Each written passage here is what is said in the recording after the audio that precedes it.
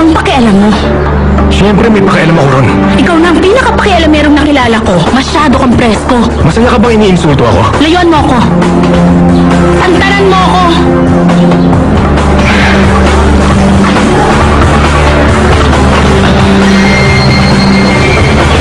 Let's go.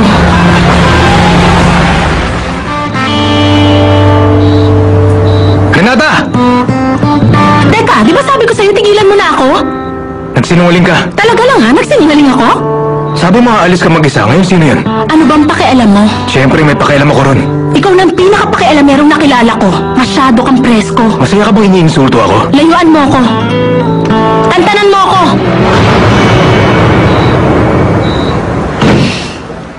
I'm going.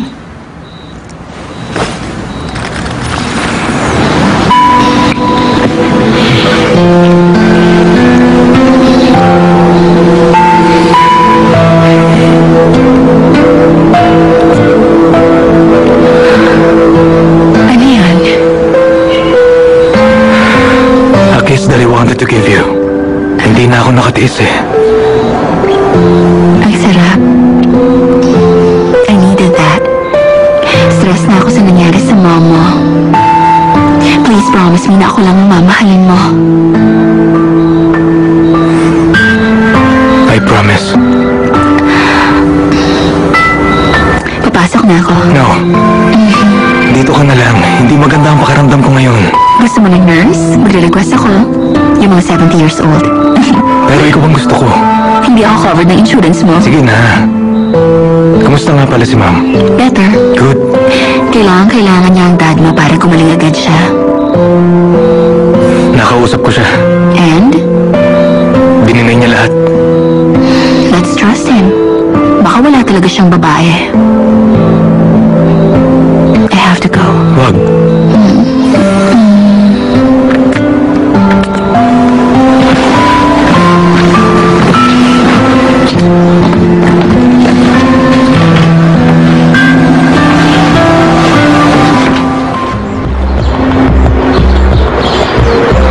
Hi. Hi. May hindi ako maintindihan. Ano yun? Gusto mo akong patayin? Hindi kita gustong patayin. Gusto kong mamatay ka pero hindi ko alam kung paano. Sayang naman. We like each other. Gustong gusto mo ako pero hindi kita gusto. Nasusuka ako sa'yo. Kamukha mong inay mo. Hindi mo ako kilala. Anong hindi? Anak ka ni Maria Herrera. Kamukhang-kamukha mo siya. Napakaganda. Pinatay mo siya, hayop ka. Pero kung makaasta ka, parang hindi pa sinusunog ang kaluluwa mo. Hindi ko siya pinatay. Pamilyado ako. Wala kami patutunguhan. Bakit nandito siya? Siya ang magliligtas sa akin. Siya ang butas sa plano mo. Hindi mo naisip na papasok si Lautaro sa kwentong ito. Nanganganib ang plano mo dahil gustong-gusto mo siya. Ang ama at anak nag-aagawan at pinapaikot ang iisang babae. Ano kaya mangyayari?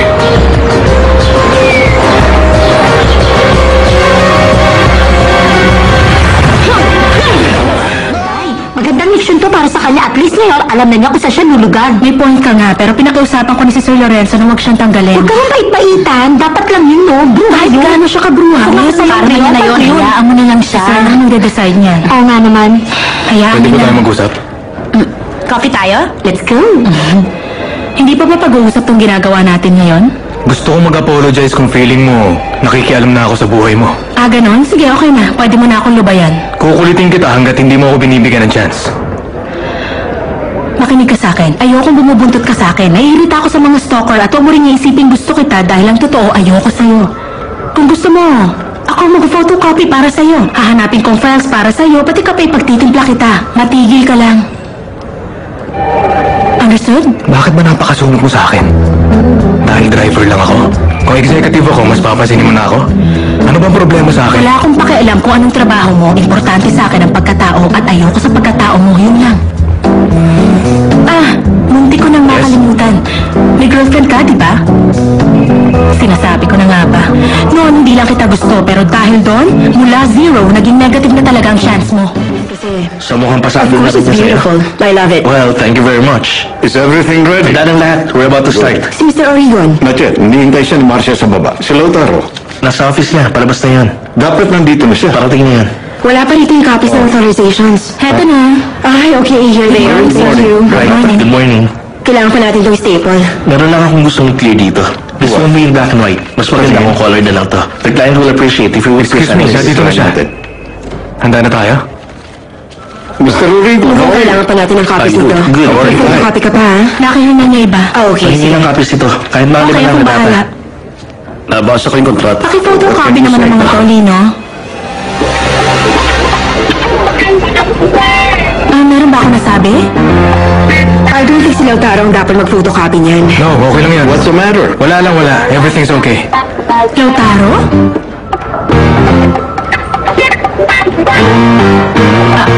Akala ko siya si Lino, kaya... All the items in general, I think we're talking about approximately 100,000 here. Huh? 100,000? Sobrang laki naman. I'm sorry, I mean 10,000. We're talking about the whole thing, and as of now, yun ang latest quote from our suppliers. Excuse me, Yes? heto na po yung photocopies. Thank you, Renata. May kailangan pa po kayo? Just bring us some coffee. And pakatawag niyo si Marcia. Yes, sir. Gano'ng katagal aabutin ng construction kung magsisimula tayo next month? 10,000. Lautaro, What? he's asking you about the construction period. Gano'n raw katagal? Well, approximately, aabutin tayo ng mga 2 years. Okay, pangahawakan kung sinabi mo, ha? Pwede ko makita yung documents? Yes, here. Babalik ako, excuse. Where are you going? Restroom. Okay lang, di ba? Okay. Excuse me. Alam mo na, di ba? Ang ano? Nanak ako ng boss mo. Paano ko malalaman? Malamang may nagsabi sa'yo. Teka, linawin muna natin ang mga nangyayari kasi mukhang nalilito ka pa eh. Niloko mo ako at ako naman si Tanga nagpaloko sa'yo. Naintindihan mo? Hindi ko alam kung masisisante na ako sa trabaho dahil sa kalokohan mo. Baka naisip ng Huwag ka tatay mo naman na... sumigaw. At hindi ka niya pinag-iisipan ng masama. Basta ang alam niya ngayon, nagsinungaling ako. Ikaw masyado ka nervyosa eh. Kung may mangyari man, ako na ang bahala sa'yo. talaga lang ha? So magkakautang na loob pa ako sa'yo niyan? Pwede ba? Hinaan mo boses mo. Gusto mo tapatin kita? Bahala ka. Kung sinabi ko sa'yo ang totoo, baka hindi mo ako magustuhan. Kaya nagsinungaling ako. Para malinaw, meron ka ng girlfriend. Kaya ipangako mo sa akin na hindi mo guguluhin ang buhay ko. Dahil hindi ako mayaman tulad mo, mahalaga sa akin ang trabahong to. Nakuha mo? May utak ka. Dapat nakuha mo na.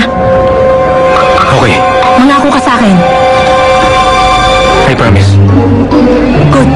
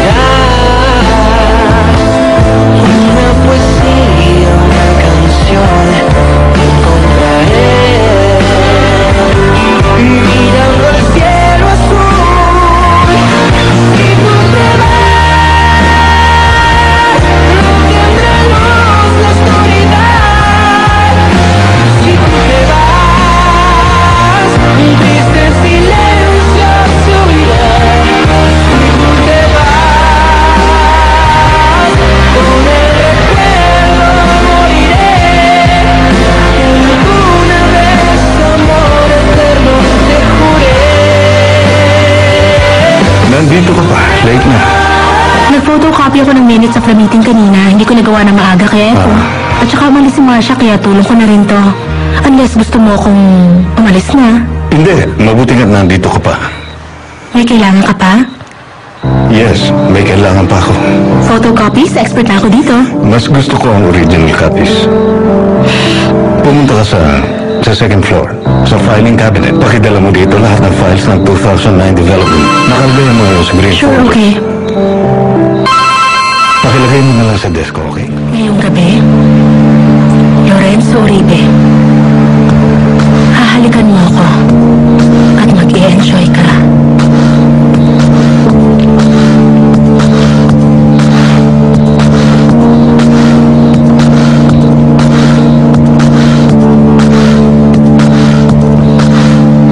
Excuse me, heto ng green folders na ni-request mo. Sana na tama lahat ng... Nasa si Lorenzo, ha? Maraming salamat. Padaan. Dahil lang dito. Ako na umuwi. Paano mo ba ako mapapatawad? Umalis ka dyan. Renata, kailangan mo akong patawarin. For 2 reasons. Kasi sinabi ko sa driver ako. Okay, pinapatawad na kita. Padaan na. Ayaw mo malaman ang pangalawa? Ayaw. Sasabihin ko pa rin. Hindi ka na mawala sa isip ko. Hindi na. Hindi ka na mawala sa isip ko. Hindi na. Sa totoo lang, hindi ko pa ito naranasan kahit kailan. Hindi ko na kayang pigilan ang sarili ko. Wala akong magagawa sa nararamdaman mo. Pero hindi ako naniniwala sa'yo. Nagsasabi ako ng totoo. Ang unfair mo, sinasabi ko sa'yo ang nararamdaman ko, pero ikaw hindi. Alam ko meron kang feelings para sa akin. Nagkakamali ka. Wala akong nararamdaman para sa'yo. Pwede ba tigilan mo na ako? Isa lang ang dahilan kaya nandito ako. Yun ay para magtrabaho. Kailangan ko to, kaya wag mo kong ipapahamak utang na loob. At sa tingin ko, yun talaga ang gusto mong mangyari, ang mapahamak ako. Mali ang iniisip mo.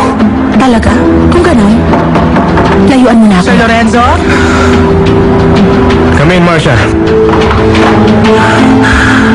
Sir? Narito si Dad. Kung wala ka na kailangan, naalis na ako. Thank you. Excuse me. Ababiray Maria, napupuno ka ng grasya. Ang Panginoong Diyos ay sumasayo, bukod kang pinagpala sa babaeng lahat. At pinagpala naman ang iyong anak na si Jesus. Hindi ka na mawala sa isip ko. Hindi na. Santa Maria, Ina ng Diyos, ipinalangin mo kaming makasalanan ngayon at kung kami mamamatay, amen. Buot nagpapagaling, pag-ibig nakakamatay.